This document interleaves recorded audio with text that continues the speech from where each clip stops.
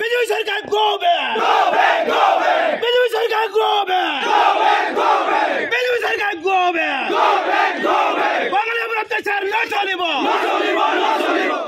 BJP সরকার হুঁশিয়ার হুঁশিয়ার হুঁশিয়ার বিজেপি সরকার হুঁশিয়ার হুঁশিয়ার হুঁশিয়ার বাঙালি ঐক্য জিন্দাবাদ জিন্দাবাদ জিন্দাবাদ বাঙালি বিরোধী হুঁশিয়ার হুঁশিয়ার হুঁশিয়ার বাঙালি বিরোধী হুঁশিয়ার হুঁশিয়ার হুঁশিয়ার বিজেপি সরকার go back go back go back BJP সরকার go back go back go back BJP সরকার হাই হাই হাই হাই হাই হদু অসম বঙালী যুৱ ছাত্ৰ ফেডাৰেশ্যন আমি বাক্সা জিলা নাগৰজুলি আঞ্চলিক তৰফৰ পৰা আজি প্ৰতিবাদী কাৰ্যসূচী আমি গ্ৰহণ কৰি আজি লৈছোঁ। এই প্ৰতিবাদী কাৰ্যসূচী লোৱাৰ মূলত অৰ্থটো হৈছে যোৱা 22 জুলাই তাৰিখে যিটো অসমৰ চৰকাৰে যিটো হিন্দু বাঙালীৰ ওপৰত যিটো নেকি আমাৰ ডিবুটাৰ আৰু ডিটেনশ্যন কেম্পৰ আৰু লগতে যিবিলাক ট্ৰাইব্যুনেল কেছ আছিল এই কেছসকলৰ ভিতৰত যিটো নেকি সিদ্ধান্ত লৈছিলে অসমৰ হিন্দু বাঙালীৰ ওপৰত যে এই কেছবিলাক নিষ্পত্তি কৰা হ'ব আৰু কেছবিলাক প্ৰত্যাহাৰ কৰা হ'ব।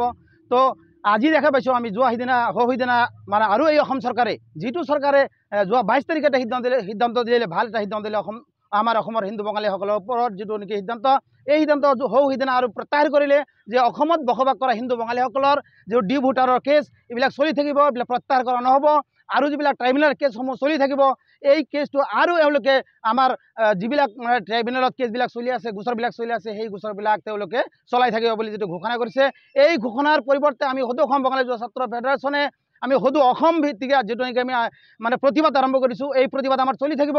কাৰণ আমি অসমত যিটো হিন্দু বঙালীসকল আমি যুগ যুগৰে পৰা বসবাস কৰি অহা হিন্দু বঙালীসকল আজি আমাৰ এই যি ডিবুটাৰৰ টেগ লগাই দিছে অসম চৰকাৰে আৰু যি টেগটো লগাইছিল যিটো টেগ লগাই আছিলে বিজেপি চৰকাৰে আমাক ঢাক ঢোল বজাই কৈছিলে যে অসমত বসবাস কৰা হিন্দু বঙালীসকলক কোনো ডিবুটাৰ কেছ নাথাকে আগৰ পৰা কৈ আহিছিলে। আমি বাৰম্বাৰ অসম চৰকাৰক নিবেদন জনাইছিলোঁ, আমি বৈঠক কৰিছিলোঁ, মেমৰেণ্ডাম দিছিলোঁ। সেইসকল চৰকাৰৰ মানুহে অৰ্থাৎ ডক্টৰ হিমন্ত বিশ্ব শৰ্মা ডাঙৰীয়াই কৈছিল যে অসমত হিন্দু বঙালীসকল অৰ্থাৎ আপোনালোকৰ কোনো কেছ নাথাকিব, এইবিলাক চব নিষ্পত্তি কৰা হ'ব বুলি প্ৰত্যেক বছৰে আজি 2014 চনৰ পৰা তেওঁলোকে আমাৰ হিন্দু বঙালীসকলৰ যিটো নেকি ব্ৰহ্মপুত্ৰ ভেলীত 55 লাখ হিন্দু বঙালীসকলৰ ভোট লৈ তেওঁলোকে আজিৰ দিনত ৰজা হৈছে। সেই ৰজা হোৱাৰ পিছত আজি আমাৰ সিদ্ধান্ত লোৱাৰ পিছত আৰু তেওঁলোকে আমাৰ পৰা আৰু কেছবিলাক জাপি দিছে। তো এই বিষয়ে আমি অসম চৰকাৰ অৰ্থাৎ হিমন্ত বিশ্ব শৰ্মা চৰকাৰক অৰ্থাৎ বিজেপি চৰকাৰক আমি গৰিহণা দিছোঁ। কাৰণ হিন্দু বঙালীসকলৰ ভোট লৈ আমাৰ ওপৰত অত্যাচাৰ কৰা নচলিব।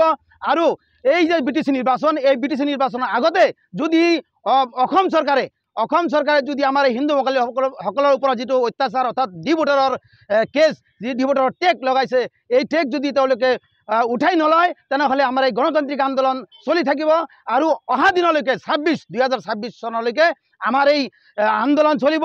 আৰু 26 চনত অসমত যে বিধানসভা ইলেকশ্যন আহি আছে এই ইলেকশ্যনত আমি তেওঁলোকক প্ৰত্যুত্তৰ দিবলৈ সদৌ অসম বঙালী যুৱ ছাত্ৰ ফেডাৰেশ্যন সাজু হৈ আছোঁ।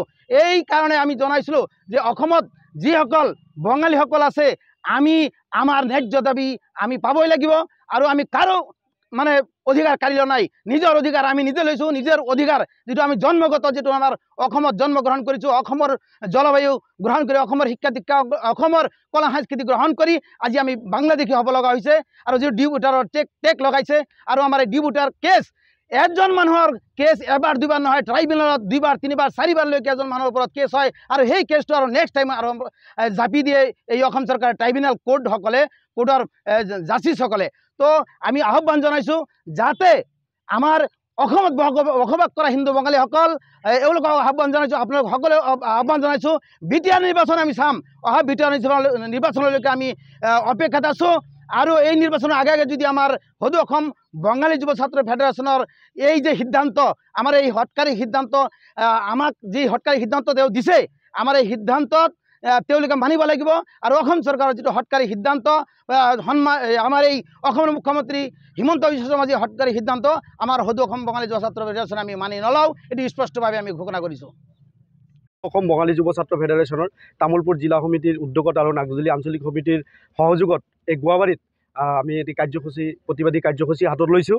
আমি যোৱা 22 জুলাই তাৰিখে আমি দেখিবলৈ পাইছিলোঁ সংবাদ মাধ্যম যোগে যে অসম চৰকাৰে এটি নটিফিকেশ্যন জাৰি কৰি দিছিলে যে অসমত বসবাস কৰা অমুছলমান বিশেষকৈ গোৰ্খা সম্প্ৰদায়, কোচ ৰাজবংশী সম্প্ৰদায় আৰু বাঙালী সম্প্ৰদায় হিন্দু বাঙালী সম্প্ৰদায়ৰ ওপৰত যি বছৰ ধৰি যি ডিবুটাৰৰ যি টেগ লগাই ৰাখিছে সেই ডিবুটাৰৰ টেগ আৰু যি বিদেশী ন্যায়াধিকৰণত যি হিন্দু বাঙালীসকলৰ যে গোচৰ চলি আছে সেই গোচৰসমূহ আৰু নাথাকে, গোচৰসমূহ উঠাই দিয়া হৈছে, এনেকুৱা ধৰণৰ এটা নটিফিকেশ্যন জাৰি কৰিছিলে।